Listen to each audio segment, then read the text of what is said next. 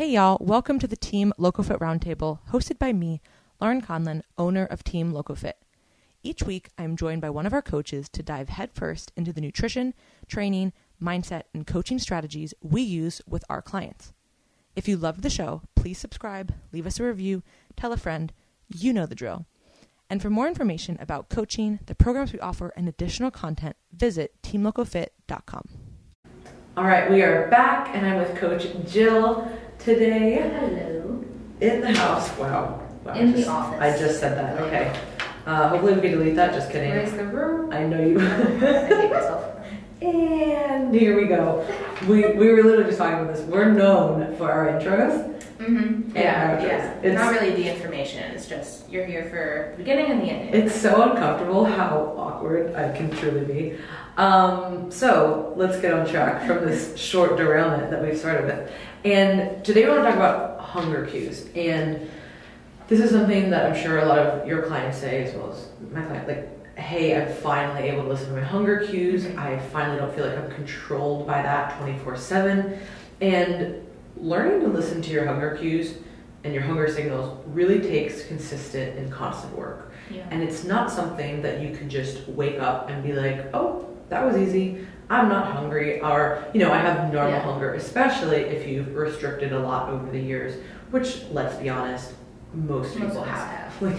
Most people listening to this podcast have been off or on some kind of a diet, some kind of a restriction, which is not necessarily a bad thing. It could be a bad thing, but one of the side effects of that is not really being able to listen to your hunger cues. So I wanted to break this up into 3 parts. One, just hunger while dieting, hunger cues immediately post-diet, so we're going to talk about kind of that recovery phase. And then third, once you're removed from a diet, this is when we really need to do a lot of that work. So first, while you're dieting down, there's going to be 2 main hormones that are going to influence your hunger. First is leptin, second is ghrelin. So leptin is actually the satiety hormone, so that's what actually makes you feel full. And this is actually mediated by how much fat you have. Yeah. So body fat. Yeah, body fat. So as you diet down, for example, ghrelin is going to drop with body fat. Go up leptin with body fat. Leptin will drop as body fat goes down. And as you empty out, so basically how you lose fat is you actually empty out the adipocyte. The adipocyte doesn't go anywhere, but the leptin is what's regulating that. Yeah.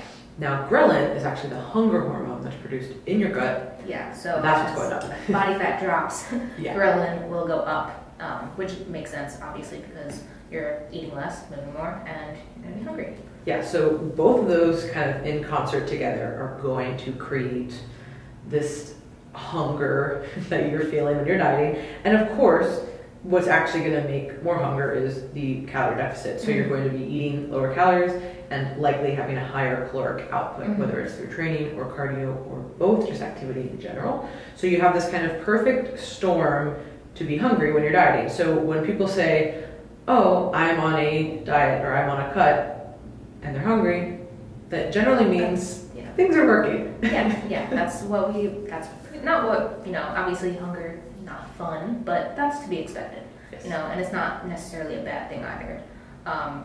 You'll see people, of course, we've probably done episodes on this where it's like, I can diet and I'm comfortable and I'm eating all this food, and it's not really the reality of dieting. You're going to be hungry. So most people are going to experience hunger at some point in their diet, and I've just found that over time there are certain people, and we'll get to this later, who are just, some people have higher hunger signals just because of a lifelong dieting history. Some people just have, faster metabolisms. They just are hungrier in general.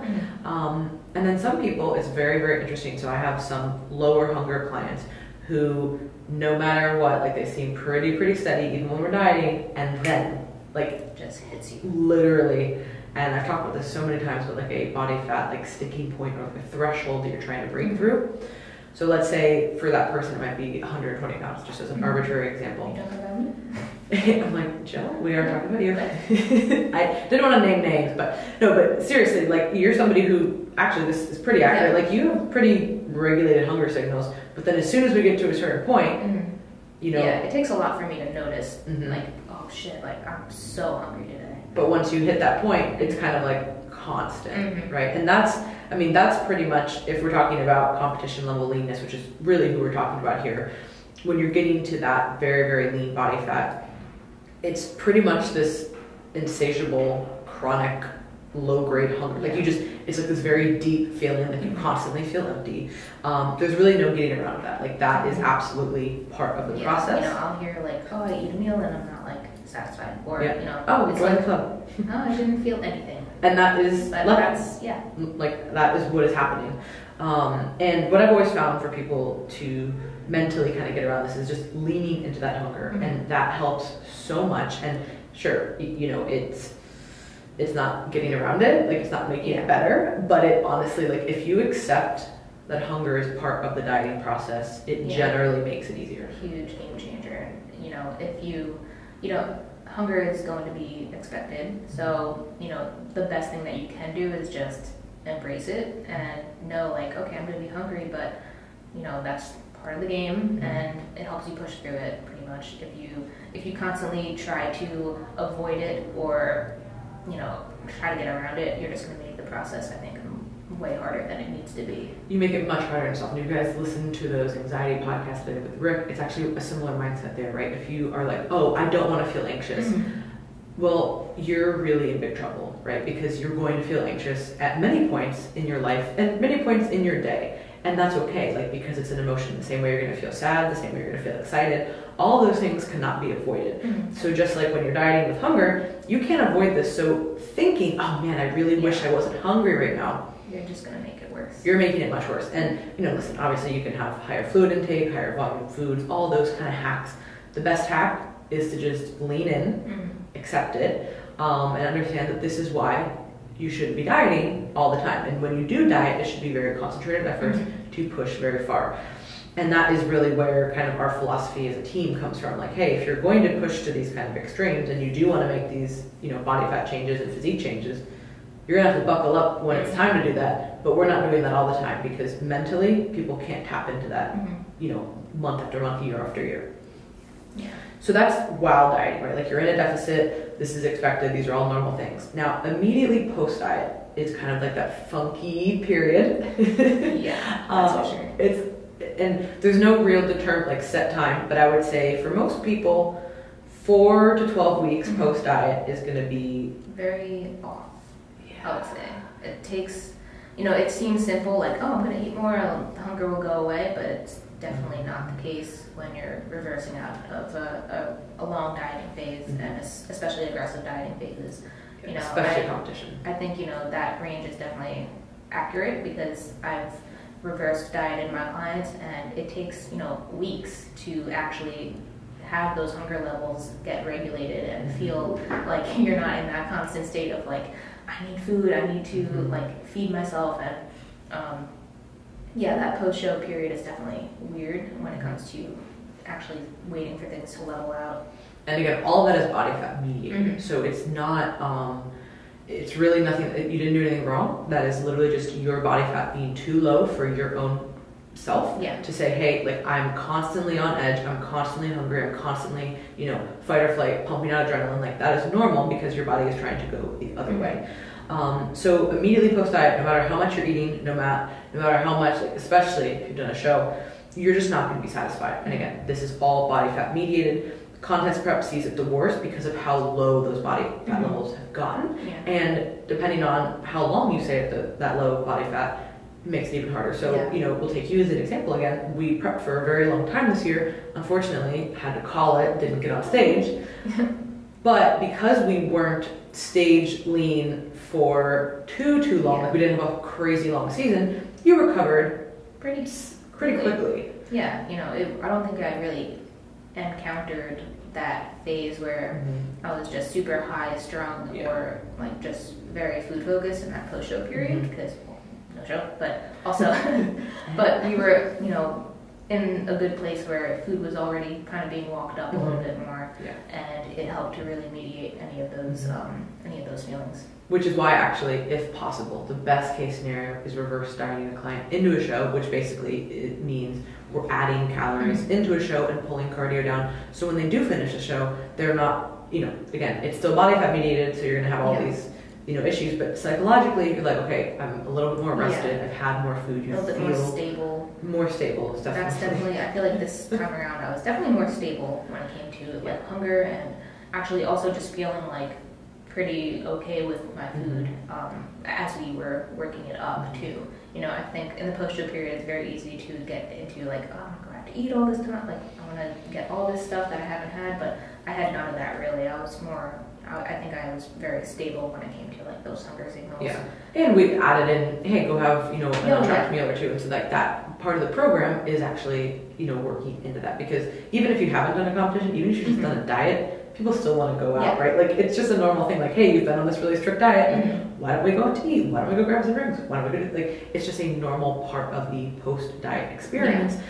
People really mean well, but when you have these like unbridled hunger signals and you feel like an actual garbage disposal, like you could eat everything, that's where you really set yourself up for failure. Especially immediately post-show, because you're very sensitive in those, I would say 4 to 8 weeks.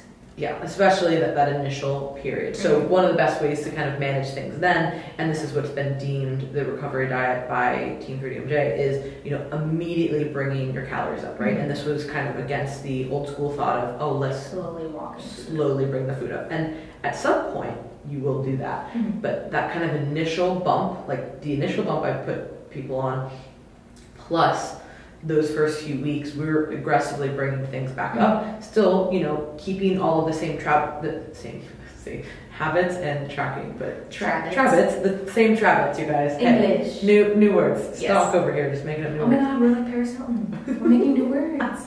Yes. I could not watch the video. Literally, Jill's like, I fell down a rabbit hole. I was like, ooh, of what? There's a lot of weird shit going on in the world and the internet right now. But apparently, tell everybody. Paris Hilton has a YouTube channel, you guys, and she's still making up new words, and it's pure comedy. This is what Jill does in her off time. Good to know. I'm like, I need to give you more things to do. If you're literally watching Paris Hilton, this is what happens when I'm like scrolling through my phone at like 11 p.m. It's like, what the fuck is this? What? Oh, okay. Yeah. Oh, the internet's been a weird place lately. Professor Hilton is teaching me English. Okay. So, habits. We're going to keep the key habits, not habits, habits. And that's something that a lot of people want to just abandon right away too. And for good reason, because, if you have been dieting for a long time and if you are really lean, that's kind of when you're a little unstable and you want to make rash decisions. It's very, I don't want to track numbers, I don't want to look at numbers, I don't even want to, track anything. Yeah. Literally, there's been times where I'm like, I want to put my food scale through a wood chipper at this point. Like, I don't even want to see it in my house. Even water, it's easy to just drop those simple things in the day. The simple habits. And I remember post-show, back in 2018 at least, I would kind of fall off water or stuff like that I was keeping regular for so long. And then I was like, why do I have the worst migraine ever? And then it's like, oh right, you might want to all I drink is coffee. That's why. Because Jill is 2020 version is coffee, I twitch. Literally, if 2020 was a bodily function, it would be it's just a constant eye twitch.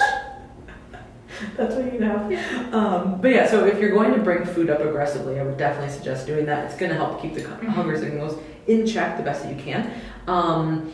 But keeping those key habits in, still meal prepping, still, getting sleep, still staying on top of, your water and your supplements and all of those things. Yeah. And again, kind of just accepting that the hunger is not over just because the show or your diet is over. Yeah, it's temporary, of course, but you just have to get through those last few weeks of transitioning out of that diet.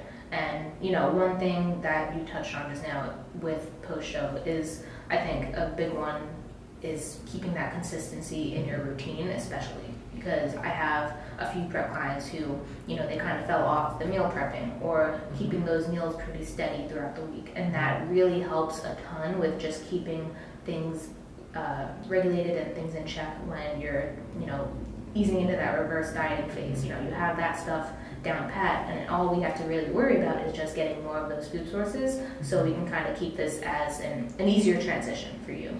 Yeah, even somebody, like me in a no kind of a dieting or post-dieting setting, and even if I get lazy and don't prep stuff, it just makes the week so much harder. Yeah. And I'll just grab worse options. You know what I mean? And then you just feel worse. And then it can literally trickle at any point, but especially when your body is so sensitive. You want to set yourself up for the week ahead, especially those first few weeks. Oh yeah. So dieting and immediately post diet, kind of expect hunger, lean into it, understanding that it's just part of it. But now we're kind of to the meat and potatoes of this podcast and why I wanted to make it. So now you've recovered from your diet, right? You're back to a healthy body fat level.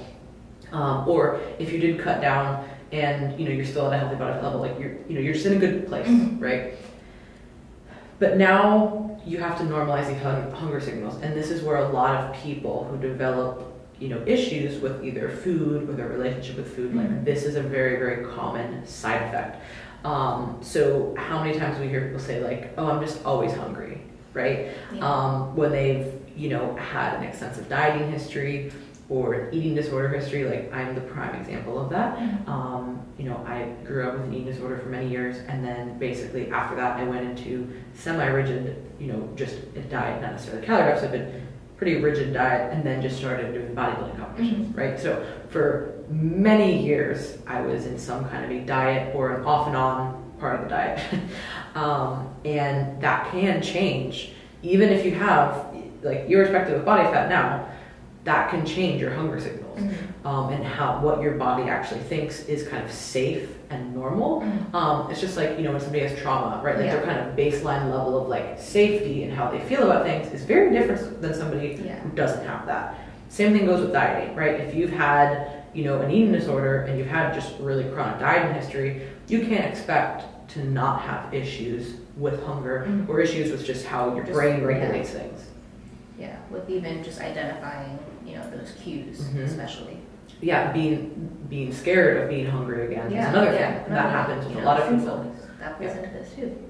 Food focus, being so hyper aware of everything that you're eating or not eating, being scared of being hungry again. So if somebody's been hungry for many years, or that can even come down to being anxious about the meal timing. And like, hey, I have to eat every X amount of hours because I don't want to be hungry.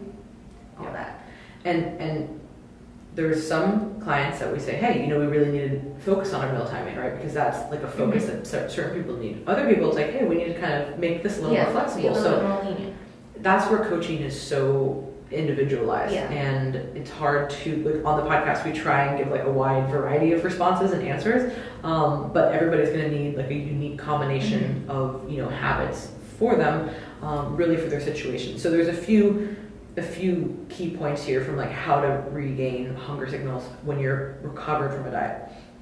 First things first, certain people are trying to stay too lean all the time, which is why they're hungry. So too lean for you personally is very, like, everybody has, there's people have gone back and forth about the body fat set point theory, kind of settling point, all of these things, right? But you have to think, if you've had a really extensive dieting history and you've tried to weight reduce for many, many years, you really don't even actually know what your comfortable weight is, right? So a lot of people will say, hey, I really love how I look at a certain weight, which again, we could do a whole podcast on that. That's pretty arbitrary because that could change with so many things. But let's just say, hey, I really like how I look at 140. Well, 140 might be what you like looking like, but 145, again, arbitrary numbers, might actually be better for you from a hunger perspective, from a hormone perspective, from a mental perspective. And while it's only 5 pounds, literally it can be just a few pounds that people can now, go out to eat, they feel more relaxed, they're not anxious all the time, they have a normal cycle, all of these things, right? And just staying too lean, for whatever reason it might be, can produce a lot of these issues. And one of the issues is I'm constantly hungry. Yeah, especially, sorry, I was getting off track. But, so another one is, I feel like this plays into that tip of, keeping your routine consistent post-show with the meals and the food sources. But if you keep those high volume foods in for a very long time, you're also kind of hindering yourself from regaining that regularity in your hunger cues throughout the day. You know, when we're dieting, we do rely on higher volume foods, even certain habits throughout the day. If you're chewing gum or just like focusing on your meal timing or any of that stuff, those habits that you develop when you're prepping, you can become very kind of hyper-focused on that structure. But when you're making the transition out of a dieting period, it's important to kind of adjust those things along with it when you're ready. You know, when food is high enough, you don't need to be relying on those high volume foods. You know, it's actually okay to feel hungry when you're not actively dieting, because that's going to help you actually get things stable. Yeah, and that's one thing that kind of plays into when people only eat high volume foods. It's because they want their stomach to feel distended. And at some point in a prep, I know this sounds like really fucking crazy to people who've never done this, you want to feel uncomfortable because you just want any other feeling than feeling empty. And I mean, everybody who's listening right now who's ever prep is like, oh, I know exactly what you're fucking talking about, you psycho. But so anyways, but if we're not in that situation, right? Like if you're not a few weeks out from a competition, you do not need to eat broccoli until you feel like you're gonna puke. You do not need to feel bloated and uncomfortable. That's a sign that you do not have a grasp on your hunger signals, and that's a sign that you're likely just not eating enough calories. If you're constantly trying to find foods to make you feel, air quotes, full and just bloated and distended, hey, we need to work. That's a sign that you're trying to avoid hunger. Yes. When we're not trying to do that. Yes. And accepting that hunger, like, you're not going to die, like, it's a normal feeling. And again, I don't say that in a sarcastic way, like I say that in like a literal way, because some people, you know, will say things like, oh my gosh, it's like just such an uncomfortable feeling that they just want to avoid it completely. But you're shooting yourself in the foot then, because it's a normal physiological feeling that you're supposed to have, you know, whether you're dieting or not. You know, you're going to get hungry at some point. Say your car breaks down. Oh, your meal is pushed back a couple of hours. You're going to be hungry. And that's something that you have to be okay with experiencing. And when you're dieting, and again, very low body fat, that's when those situations feel very out of control, right? If your car breaks down and you're 2 weeks out from a show, you're under a lot of stress, you don't handle things well, your resiliency is very low, right? You're, 6 months post-diet, you should be, like, is that ideal? No, but you can make it, right? And when people can't, or they're really hung up on it, a lot of the times they're trying to stay too lean, or they're just trying to like avoid this hunger feeling. Another thing that can really jack up hunger signals is tracking super diligently 24/7. And tracking macros. Sorry, I should always.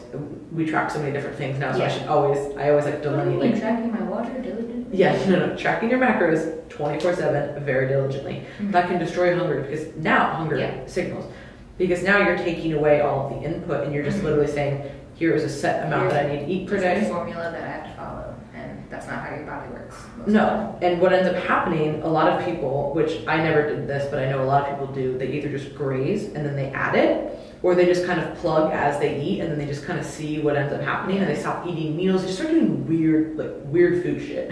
And again, that's not normal. It's not normal to graze and log and graze and log and then hope that, Hail Mary at the end of the night you have something to make a dinner. And then you hear people like, oh, I had all this funky stuff. It's like... Yeah, or like my day was thrown off because I had all this. It's like, no, you want to kind of pre-plan that kind of thing. Yeah, every time you sit down, you should be trying to have a certain type of meal, right? And it doesn't have to be perfect, but a general idea like, hey, every meal should have protein, some carbs, some fats, like wide variety of food sources, like we're good to go. Don't just plug and play all these like awkward things. And yeah, some days you might want to have a snack. Some days you're going to eat more than others. Like, that's okay. But if you're diligently tracking and you are not paying attention to meals or hunger or anything like that, and you're just adding things, that's one of the biggest issues I hear with macro tracking. Yeah, because we use macro tracking primarily with our clients, but that's a downside to it, where you don't want to get hung up on just going by numbers throughout the day, or like, hey, I'm just eating this because I have X amount left. You do still want to listen to your body's signals that it's giving you. Yeah, and you can do that while you track macros. You just have to have a better grasp on it. And again, that's where there's some clients that we use tracking macros with, and there's virtually no issues, right? And then other clients, it either continues or like masks issues, or it creates issues. And that's when we start to do other things, right? And And it's always gonna be a blend. There's times where people are tracking diligently. There's times where people are not tracking at all. There's times where we're tracking both habits and macros and blending things. And that's where, again, coaching comes in to where it's like, okay, what does the client actually need? Yeah, because if a client is having a lot of anxiety or they're feeling a little bit overwhelmed with the numbers, then that's where you could say like, hey, like let's just focus on tracking protein or incorporating some of those untracked meals in the day. Or people really getting anxious about the app, and then there's other things you can do with that. And there's just so many things that have to be taken into consideration. People just kind of brush it under the rug, like, nope, you need to track all the time. It's like, oh, hold up. When I hear that, that generally means that when somebody tells me, oh, hey, like my old coach said, like I have to track everything, that means they have no other coaching methods and they don't want to put the work in to actually fix your food issues. Yeah, a lot of this is just working with the client and finding a good middle ground for what they can handle, what's realistic for where they're at, and what's also going to help you guys work towards that long-term goal. And then the last part is just not giving yourself enough time out of a deficit. So relearning or learning your hunger cues is going to be a continuous process, and it's going to be a lot longer of a process for people who have dieted a lot.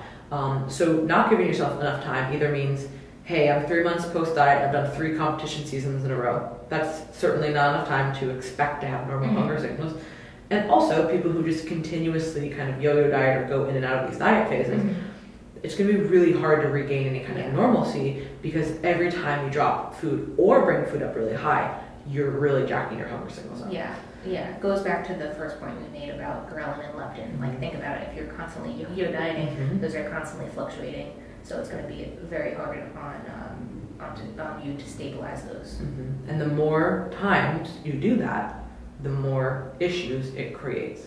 And if you guys have any more questions on that, me and Karina did a long podcast on that, why you can't lose weight, and we could talk about all of the different, just basically cycles of like, you know, literally why, you know, people, I can't lose weight. Okay, well here, let's look at your dieting history and all these things. And every time you drop food or bring it up very high, those are all micro traumas to your metabolism, to your hormones, to your mindset around food. All of that adds up, and it has a compounding effect. And every single time you do that, it will compound. And then you're going to wake up one day and go, I feel like I'm dieting and I can't lose weight. I, you know, have no hunger signals. My hormones are all jacked up. I hate myself and my relationship with food and all this. Like, this is the reality for most people. And it seems like, oh, it came out of nowhere. No, this was the past many years of what you were doing.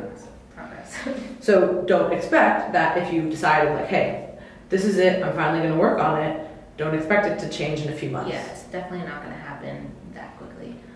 You know, it'll get better. Like anything, it's just, you know, you really have to just be patient with it and just do the work that's necessary. Yeah, and I know we always kind of round out a lot of podcasts with that notion, but we will continue to say that until people understand it, and it's very frustrating, and everybody wants things very quickly, and so do I. You know, it's not like in an ideal world we'd get what we want like that, right?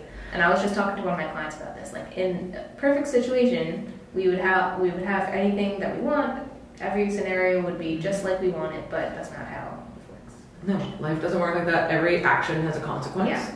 That's the reality, you know what I mean? And if you've chosen to diet or yo-yo diet for most of your life, you now have to own up to those consequences of what that is going to look like for your recovery period. And, you know, we've both done that kind of work, and it's taken a while, but now being on the other side of that feels so great. And all of those really messy situations in between were worth it. But it's just a continuous process. Yeah. So when you get there, it's light at the end of the tunnel. Literally, like, you feel like you're like on the other side, and you're like, wow, okay, I'm like, so this is what it feels like. The other side of this mountain of like this like crazy hike, and then you finally get there. So it is. I was gonna make some analogy, but hey, I'm not gonna ruin the podcast. I thought we were supposed to be good at outros. Lauren's not here, so I'm not gonna ruin it with some really awful analogy that I just jacked up. she's listening, like just crying in Chicago right now. So thank you guys so much for tuning in. As always, we appreciate it. If you liked the show, please subscribe, leave a review, 10 stars. You guys know only. Just gotta do it. That would be great if they actually changed the function to make it 10 stars. Oh my God, just for us. Just for us. No one else. No other podcast. And if you guys want to check out any articles that we've been writing or sign up for our newsletter, you can go to teamlocofit.com. We put out 4 articles a week now. We've been really pumping out the articles because we feel like that's a better way that we can get our message across. Then long form content is clearly our jam. So you can go to the website there. You can also apply for coaching, check out all our other programs on the site as well. So thank you guys so much, and we'll catch you next time. Bye.